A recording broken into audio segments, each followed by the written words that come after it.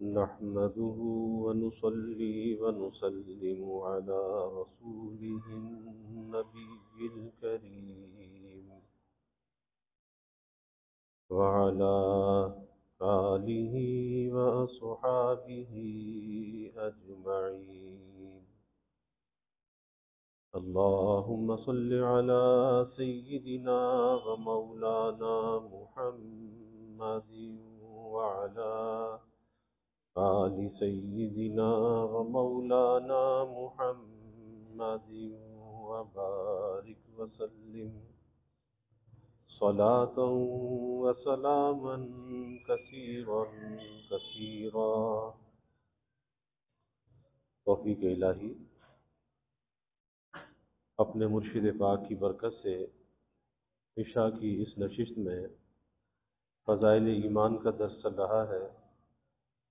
اللہ تعالیٰ اس درس کی برکت سے ہمارے ایمان کی حفاظت فرمائے اور موت تک قبر تک اللہ ہمارے ایمان کو سلامت رکھے. ایمان کے تقاضے اور ایمانی صفات اور خصلتوں پر بات چل رہی ہے. گزشتہ کل جو حدیث مبارک عرض کی گئی اس میں اللہ کے حبیب صلی اللہ علیہ وسلم سے سوال کیا گیا کہ گناہ کی حقیقت کیا ہے. آپ صلی اللہ علیہ وسلم نے ارشاد فرمایا جو چیز تمہارے سینے میں کھٹکے اس کو چھوڑ دیجیے. شبہ پیدا کر دے، اندر سے کھٹک پیدا ہو جائے، اب اسے چھوڑ دینا چاہیے، وہ گناہ ہے. پھر عرض کیا گیا کہ ایمان کی حقیقت کیا ہے. آپ صلی اللہ علیہ وسلم نے ارشاد فرمایا جس شخص کو اپنی برائیوں سے غم اور صدمہ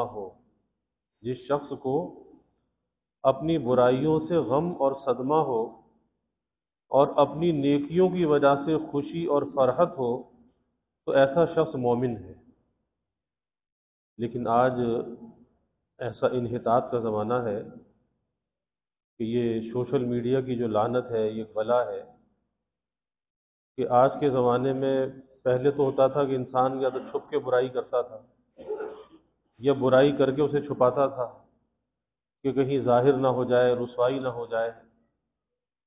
اور آج کے زمانے میں اپنی برائی کو خود سوشل میڈیا پہ ڈال دیتا ہے، فیس بک پہ ڈال دیتا ہے، انسٹاگرام پر ڈال دیتا ہے. یعنی اپنی برائی کی آج کے زمانے میں انسان خود تشہیر کر رہا ہے اور اس برائی کو پھیلا رہا ہے. تو پتہ یہ چلا کہ اتنی گراوٹ، اتنی پستی آ چکی اور اتنی اخلاقیات کا جنازہ نکل گیا کہ برائی کو پھیلانا، اس برائی کے اوپر دوسروں کو گواہ بنانا شامت اعمال ہے. اللہ تعالیٰ محفوظ رکھے. جبکہ ایمان کی پہچان کیا ہے کہ اگر برائی ہو جائے اندر غم اور ایک صدمہ لگ جانا چاہیے کہ یہ برائی کیسے ہو گئی، گناہ کیسے ہو گیا. اور نیکی ہو تو خوشی اور فرحت محسوس ہو، وہ صدمہ ایسا ہو کہ آئندہ گناہ کے قریب نہ جائے، اور وہ خوشی اور فرحت ایسی ہو کہ بار بار اس نیکی کو کرے، بار بار نیکیوں کا اہتمام میں لگ جائے. دوسری روایت ہے ام المومنین سید عائشہ صدیقہ رضی اللہ عنہا سے روایت ہے کہ رسول اللہ صلی اللہ علیہ وسلم نے ارشاد فرمایا مومنین میں سب سے زیادہ اکمل ایمان والا، کامل بھی نہیں، اکمل ایمان والا وہ شخص ہے جو اخلاق کے اعتبار سے سب سے اچھا ہو اور اپنے گھر والوں کے ساتھ سب سے زیادہ نرم ہو. کون ہے؟ کامل ایمان والا نہیں، اکمل ایمان والا. یعنی اکمل ایمان کامل سے بڑھ کر مکمل اکمل ایمان اخلاق کے اعتبار سے سب سے اچھا ہو. اور یہ ایک معیار بتایا اللہ کے حبیب صلی اللہ علیہ وسلم نے انسان کے اچھا ہونے کا، کامل الایمان ہونے کا. اب اس معیار پر اگر دیکھا جائے تو آج اخلاقیات کا حال کیا ہے.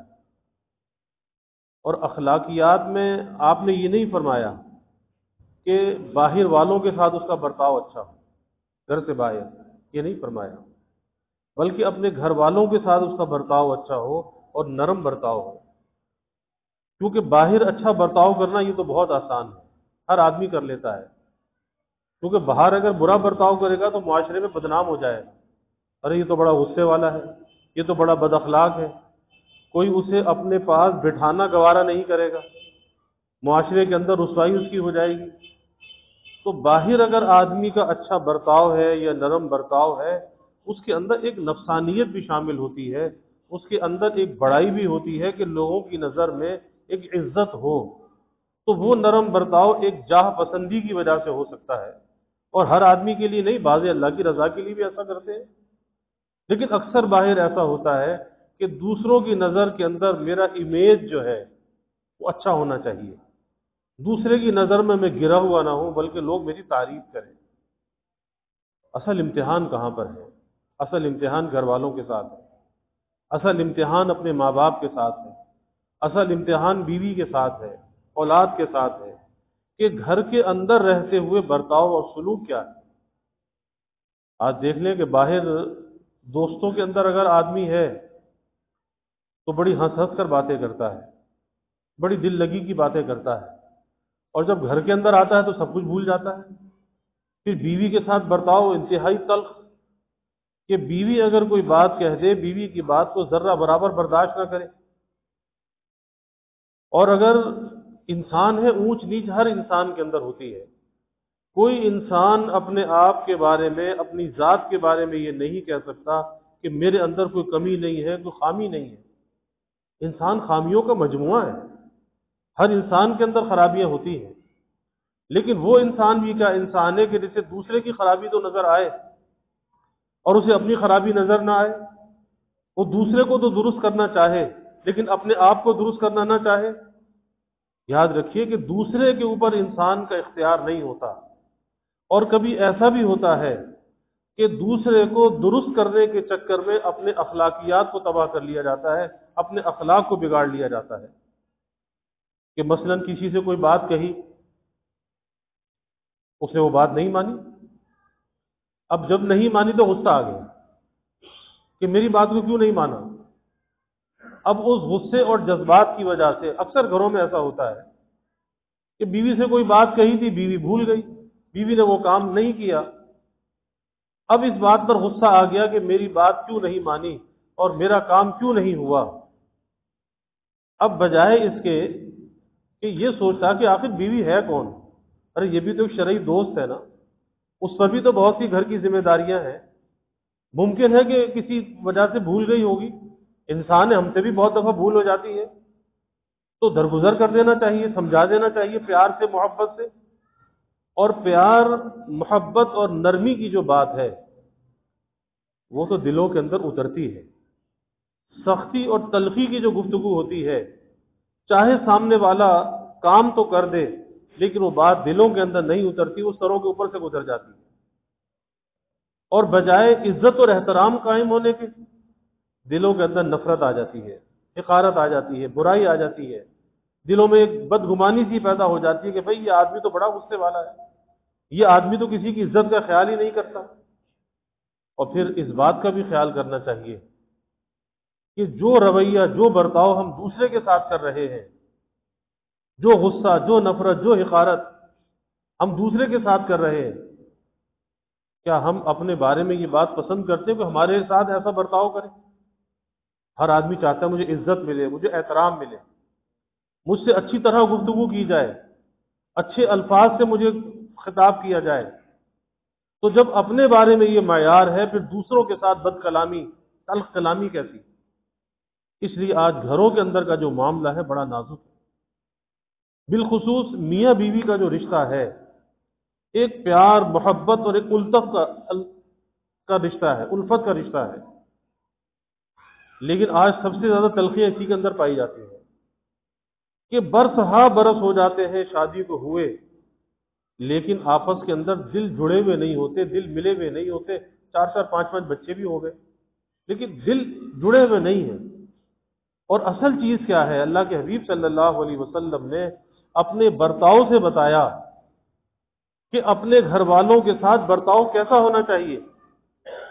اور اصل جیت کیا ہے؟ اصل جیت یہ نہیں کسی کے جسم کو فتح کر لیا، بچے پیدا کر لیے، اصل تو یہ ہے دلوں کو جیتا جائے. دل کیسے جیتے جاتے ہیں؟ اور اللہ کے حبیب صلی اللہ علیہ وسلم نے کر کے دکھایا کہ آپ صلی اللہ علیہ وسلم ایک پیالے میں پانی پیتے ہیں اور اس سے پہلے اسی برتن میں حضرت عائشہ پانی پیتی ہیں رضی اللہ عنہا. تو آپ فرماتے ہیں کہ عائشہ یہ بتاؤ کہ تمہارے لب کس طرف لگے ہیں، یعنی جہاں تمہارے لب لگے ہیں اسی طرف سے میں بھی پانی پیوں. اب یہ کیا ہے؟ یہ دل کو جیتنے والی بات ہے کہ جہاں بیوی کے لب لگے، شوہر چاہتا ہے کہ میرے بھی لب وہاں پر لگے. اب بیوی کے دل میں کتنی محبت کے جذبات پیدا ہوں گے. اور آج یہاں یہ کیفیت ہے کہ لوگ گھروں میں کھانے کے برتن اٹھا کے پٹک دیتے ہیں. ارے بھائی، کھانا تو رزق کے کھانے نے کیا قصور کیا ہے؟ اتنا غصہ، اتنے جذبات کہ اگر کھانا پسند نہیں آیا تو کھانے کا کیا قصور ہے؟ اس کھانے کو اٹھا کے کیوں پھینکا جا رہا ہے؟ سارا غصہ، سب تلخی سب بیوی کے ساتھ. اور اللہ کے حبیب صلی اللہ علیہ وسلم جب ام المومنین کے ساتھ کھانا کھاتے تھے، اور پہلے اسلام سے پہلے ایسا بھی تھا کہ عورت کا معاشرے کے اندر مقام اتنا گرا ہوا اور اتنا پست تھا کہ اسے انسانیت کے درجے سے بھی خارج کر رکھا تھا. یہ تو اسلام نے آ کر عورت کو عزت اور احترام دیا ہے. اور بالخصوص جس زمانے میں معذوری کے ایام عورت کو آتے تھے، اس زمانے میں کیفیت یہ ہوتی تھی کہ اسے اٹھا کر ایک کوٹری میں بند کر دیتے تھے، اور کھانا بھی کسی لاٹھی کے کونے پر لٹکا کر ایسے پکڑا دیتے تھے اس کا سایہ بھی ہم پہ نہ پڑے، یعنی کوئی منحوس چیز ہے، نہ معلوم یہ کیا ہے. تو اللہ کے حبیب صلی اللہ علیہ وسلم اپنے ساتھ بٹھا کر امہات المومنین کے ساتھ کھانا کھاتے تھے، کھانا تناول فرماتے تھے. اور پھر خالی یہی نہیں کہ ساتھ بیٹھ کر کھا رہے ہیں، اپنے ہاتھ سے لقمہ بنا کر آپ حضرت عائشہ رضی اللہ عنہا کے منہ میں رکھتے ہیں. اب یہ ہے دل جیتنے والی بات. اور پھر خالی یہی نہیں، کبھی ایسا بھی ہوتا ہے کہ آپ صلی اللہ علیہ وسلم لقمہ بنا کر ان کے منہ میں رکھتے ہیں، اور جب وہ منہ کھول کر لقمہ اندر جاتا ہے اسے نکال کر واپس اپنے منہ میں رکھ لیتے ہیں. یہ ہے محبت، یہ ہے تعلق. آپ دیکھیں کہ جب آپ کا مرض الوفات تھا تو تازہ مسواک تھی، آپ مسواک کی طرف دیکھ رہے تھے تو حضرت عائشہ صدیقہ رضی اللہ عنہ سمجھ گئی کہ آپ مسواک چاہتے ہیں، تو مسواک کو اپنے دانتوں میں چبا کر نرم کیا، اور نرم کرنے کے بعد یہ چاہا کہ اسے دھو کر آپ کو پیش کروں، کیونکہ اس پر حضرت عائشہ رضی اللہ عنہ کا لعاب لگ گیا تھا، اسے دانتوں میں چبا کر نرم کیا تھا. لیکن آپ نے اشارے سے منع فرمایا کہ نہیں، ایسے ہی دے دو. تو وہ مسواک جو حضرت عائشہ رضی اللہ عنہا نے اپنے دانتوں سے نرم کی تھی، جس پر ان کا لعاب لگا ہوا تھا، اسی طرح سے استعمال فرمائی رسول اللہ صلی اللہ علیہ وسلم. اور دل جوئی کیسی فرماتے تھے کہ کیونکہ ام المومنین کی عمر کم تھی تو اس کی رعایت آپ صلی اللہ علیہ وسلم فرماتے تھے کہ باہر میدان میں کچھ بچے کھیل رہے تھے، ان کا کوئی خاص کھیل تھا، وہ کھیلا کرتے تھے. تو آپ نے پوچھا کہ عائشہ تم کھیل دیکھو گی؟ کہا کہ جی. تو کہا کہ آ جاؤ. آپ صلی اللہ علیہ وسلم کھڑے ہو گئے اور اپنے پیچھے حضرت عائشہ رضی اللہ عنہا کو کھڑا کر لیا، اور آپ کی یہاں گردن کے شانے کے درمیان سے بس وہ اس طرح سے ان بچوں کا کھیل دیکھ رہے ہیں، آپ کھڑے رہے. یعنی کیسی دل جوئی ہے. اور آج تو دل جوئی تو دور کی بات ہے، آج تو دل شوئی کی جاتی ہے، آج تو دلوں پہ چرکے لگائے جاتے ہیں. اسی لیے حضرت علی کرم اللہ وجہ فرماتے تھے کہ تلوار کا لگا ہوا زخم تو بھر جاتا ہے، لیکن زبان کا لگا ہوا زخم نہیں بھرا کرتا. آج ایک عام سی بات ہے کہ گھروں کے اندر بچیاں بیاہ کر آتی ہیں، شادی ہو کر آتی ہیں. اب ظاہر ہے کہ ہر گھر کی تربیت اور بود و باش الگ ہوتی ہے. جس گھر میں وہ پلی بڑی اس گھر کی بود و باش الگ تھی، اب جس گھر میں وہ گئی ہے وہاں کی بود و باش الگ ہے. اور ظاہر انسان کے اندر میں عرض کر رہا ہوں کہ کمی کوتاہی ہوتی ہے. اب اگر اس گھر کے معیار پر اس کی کوئی چیز نہیں ہے تو گھر والوں کی کیا ذمہ داری ہے؟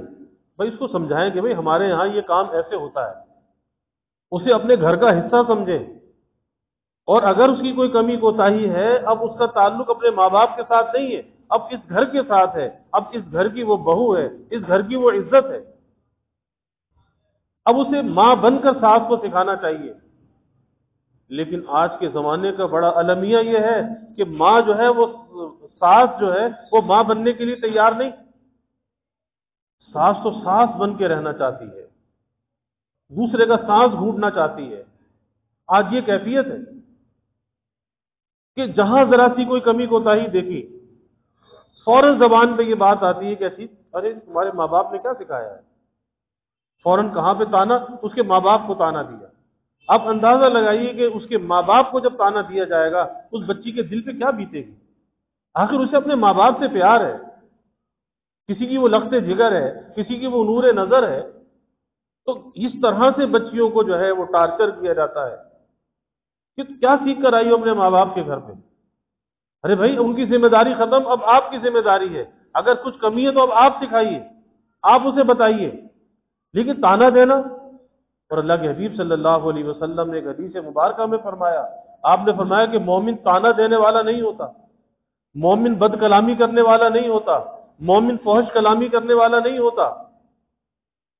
تو پتہ یہ چلا کہ اگر کوئی کسی کو تانا دے رہا ہے تو یہ مومن کی صفت نہیں ہے کہ وہ کسی کو تانا دے۔ کتنی بڑی بات آپ صلی اللہ علیہ وسلم نے فرمائی کہ مومن تانا دینے والا نہیں ہوتا، اور آج تانے دے دے کر دوسرے کی زندگی کو اجیرن بنا دیا جاتا ہے۔ کبھی شوہر جو ہے وہ بیوی سے کہتا ہے ارے تیرے ماں باپ نے دیا ہی کیا ہے، تو اپنے گھر سے لائی کیا ہے؟ ارے بھائی جس نے اپنے جگر کا ٹکڑا دے دیا بھلا اس سے بڑھ کر کوئی چیز ہو سکتی ہے؟ اور تمہیں کیا چاہیے تھا؟ جس نے اپنا جگر گوشہ دے دیا، سب کچھ دے دیا، اب اس کو تانے دینا کہ اپنے ماں باپ کے گھر سے کیا لائی ہو؟ ارے کچھ بھی نہیں دیا۔ تو یاد رکھیے کہ ایمانی صفات کے خلاف ہے۔ مومن کی پہچان یہ ہے، کامل ایمان والے کی پہچان یہ ہے کہ اس کا رویہ، اس کا سلوک، اس کا برتاؤ اپنے گھر والوں کے ساتھ اچھا ہوگا۔ اور پھر کوئی آدمی کسی بھی منصب اور مقام پر ہے، کوئی بڑا بزنس مین ہے، کوئی بڑا تاجر ہے، کوئی بڑا افسر ہے، کوئی بھی ہے، لیکن جب اسے گھر کے اندر جانا چاہیے تو ایک شوہر کی حیثیت سے جانا چاہیے، ایک باپ کی حیثیت سے، ایک بیٹے کی حیثیت سے، ایک بھائی کی حیثیت سے، کسی بڑے مالدار کسی افسر کی حیثیت سے نہیں۔ آج لوگوں کے ذہن میں یہ خناس ہوتا ہے کہ ارے باہر تو 100 لوگ مجھے سلام کرتے ہیں، باہر تو میری بڑی آؤ بھگت ہوتی ہے۔ تو بھائی باہر ہوتی ہوگی، گھر میں وہ بات نہیں ہوگی، گھر میں بھی وہی سلوک چاہتے ہو، گھر میں آؤ بھگت ہو۔ اس لیے گھر کے اندر چھوٹا بن کے رہنا چاہیے، اور گھر جو چلا کرتے ہیں وہ مرد کی سمجھداری سے چلا کرتے ہیں کہ مرد کے اندر اتنا عقل و شعور ہونا چاہیے کہ وہ چیزوں کو بیلنس کر کے اپنے گھر کو چلا سکے۔ ورنہ وہی ماں بڑی چاہت کے ساتھ اپنے بیٹے کی شادی کر کے لاتی ہے، اور جب وہ دیکھتی ہے کہ بھئی بہو اور بیٹا تو بڑی محبت کے ساتھ رہ رہے ہیں، ان کے اندر تو بڑی محبت ہے، آپس میں بڑا اچھا تعلق ہے، تو پھر ماں کو ہضم نہیں ہوتا۔ اچھا یہ تو میرے بیٹے پہ قبضہ ہو گیا، تو واقعی قبضہ تو ہو گیا، اب تو وہ بیٹا اس کا ہو گیا، اب تو اس کی زندگی اس کے نام ہو گئی، اب اس کی زندگی اس کی امانت ہے۔ ہاں اس کے ذمے تمہارے حقوق بھی ہیں، تمہارا خیال رکھنا بھی اس کے ذمے واجب ہے۔ اب دل میں حسد پیدا ہوا، اب وہ خوشی ماں ہوتے ہوئے وہ خوشی ہضم نہیں ہوتی۔ آپ اندازہ لگائیے پھر کیا ہوا؟ پھر ہوتا یہ ہے کہ بیٹے کے کان بھرنا شروع کر دیے، ارے تیری بیوی تو ایسی ہے، تیری بیوی تو ایسی ہے، تیری بیوی تو ایسی ہے، اور لڑکا ہوا نہ سمجھ، گھر میں فساد ہو گیا۔ وہ میاں بیوی کا تعلق جو محبت اور الفت کا تعلق تھا، اس ماں نے کان بھر بھر کے نفرت اور عداوت میں اسے بدل دیا۔ آپ اندازہ لگائیے، مائیں تو خیرخواہ ہوتی ہیں، تو ماں کو بیٹے کی خوشی کیوں نہیں ہضم ہوتی؟ وہ دل میں حسد آتا ہے، حسد آتا ہے۔ ارے بھائی تمہارا بھی تو شوہر تھا، تم بھی تو یہ چاہتی تھی کہ میرا شوہر میرے قبضے میں رہے، ہر لڑکی یہ چاہتی ہے کہ اس کا شوہر اس کے قبضے میں رہے، اور تمہاری اگر کوئی بیٹی ہے، اپنی بیٹی کے لیے یہی چاہت ہوتی ہے کہ جی اس کا شوہر اس کا بڑا تابع دار ہو، بڑا فرما بردار ہو، تو اپنی بیٹی کے لیے تو یہ سوچا جائے، اور پرائی بیٹی جو بیاہ کر رہا ہے اس کے لیے کچھ نہ سوچا جائے۔ اور حدیث میں کیا آتا ہے، اللہ کے حبیب صلی اللہ علیہ وسلم نے کیا فرمایا؟ آپ نے فرمایا کہ ایمان والے کی فرمایا پہچان بیان کی کہ اس وقت تک تم ایمان والے نہیں ہو سکتے جب تک جو چیز اپنے لیے پسند کرتے ہو وہ چیز دوسرے کے لیے پسند نہ کرو، اس وقت تک تم ایمان والے نہیں ہو سکتے۔ اس لیے سوچنا چاہیے کہ ہم ایمان والے ہیں تو ہمیں اس ایمانی تقاضوں کو بھی ملحوظ خاطر رکھنا چاہیے کہ ہمارے ایمان کے کیا کیا تقاضے ہیں، ان تقاضوں کو پورا کرنا چاہیے۔ دنیا کی تو گزر جائے گی، کل اللہ کے سامنے بھی کھڑا ہونا ہے، کل اللہ کو بھی جواب دینا ہے۔ ارے اللہ کو کیا جواب دیں گے کہ ہم اللہ کی مخلوق سے یہ زیادتیاں کر کے آئے، یہ حق تلفیاں کر کے آئے۔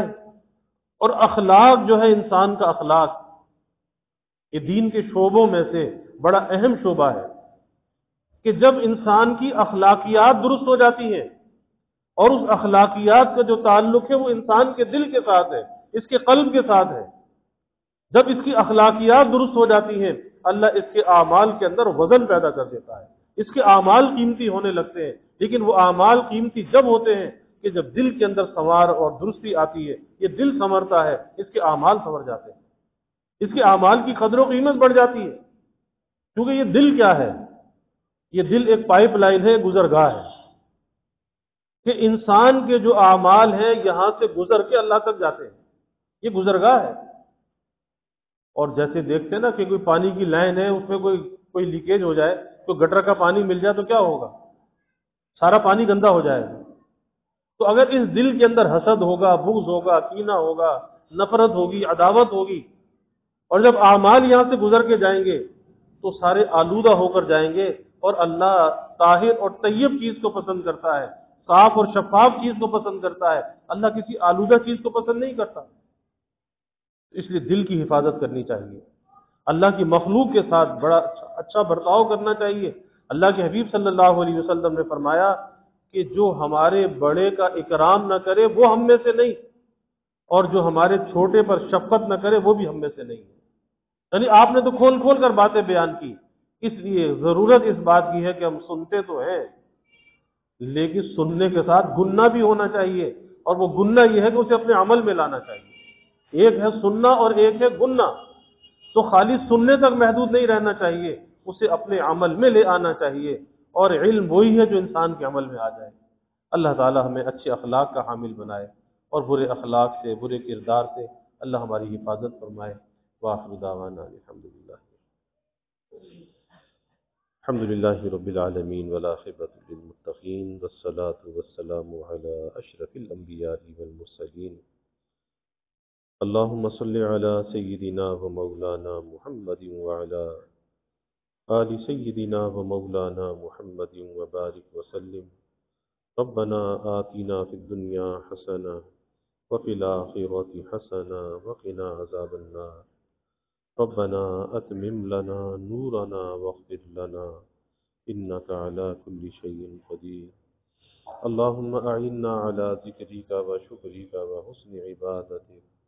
اللہم وفقنا لما تحب و ترضى من القول والعمل والفعل والنیت والہدى انک علی کل شیء قدیر۔ اللہم ارزقنا حبک وحب حبیبک صلی اللہ علیہ وسلم۔ اللہم ارزقنا شہادۃ فی سبیلک واجعل موتنا ببلد رسولک۔ یا اللہ یا رحمان یا رحیم یا کریم یا ارحم الراحمین یا اکرم الاکرمین۔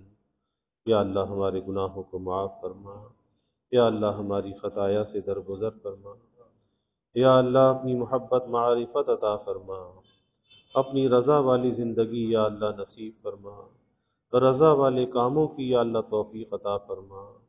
یا اللہ ہمیں اچھے اخلاق کا حامل بنا، اچھے اخلاق سے ہمارے ظاہر اور باطن کو آراستہ فرما۔ یا اللہ دلوں میں نرمی، عاجزی، زاری پیدا فرما، خلق خدا سے یا اللہ حسن سلوک کرنے والا بنا، بد سلوکی سے یا اللہ ہماری حفاظت فرما۔ یا اللہ ہمارے دلوں سے تکبر کو، بڑائی کو، عار کو، استکبار کو، عجب کو، خود پسندی کو یا اللہ دلوں سے نکال دے، دلوں میں نرمی، عاجزی، زاری، تواضع پیدا فرما دے، اپنی رضا کے لیے یا اللہ مٹنا نصیب فرما، یا اللہ خلق خدا سے اچھا برتاؤ کرنے والا بنا، اپنے اہل خانہ سے یا اللہ نرم برتاؤ کرنے والا بنا، بڑوں کا اکرام کرنے والا بنا، چھوٹوں پر شفقت کرنے والا بنا، خلق خدا سے درگزر کرنے والا بنا، یا اللہ ظاہری باطنی ہر قسمی ترقیات عطا فرما، سب کے دلوں کے نیک ارادوں کو، تمناؤں کو یا اللہ غیب پورا فرما، سب کی حاجات کو پورا فرما، سب کی پریشانیوں کو یا اللہ دور فرما، بیماریوں سے یا اللہ حفاظت فرما، ہر ناگہانی بلا اور مصیبت سے یا اللہ حفاظت فرما، زمینی آسمانی آفات سے یا اللہ حفاظت فرما،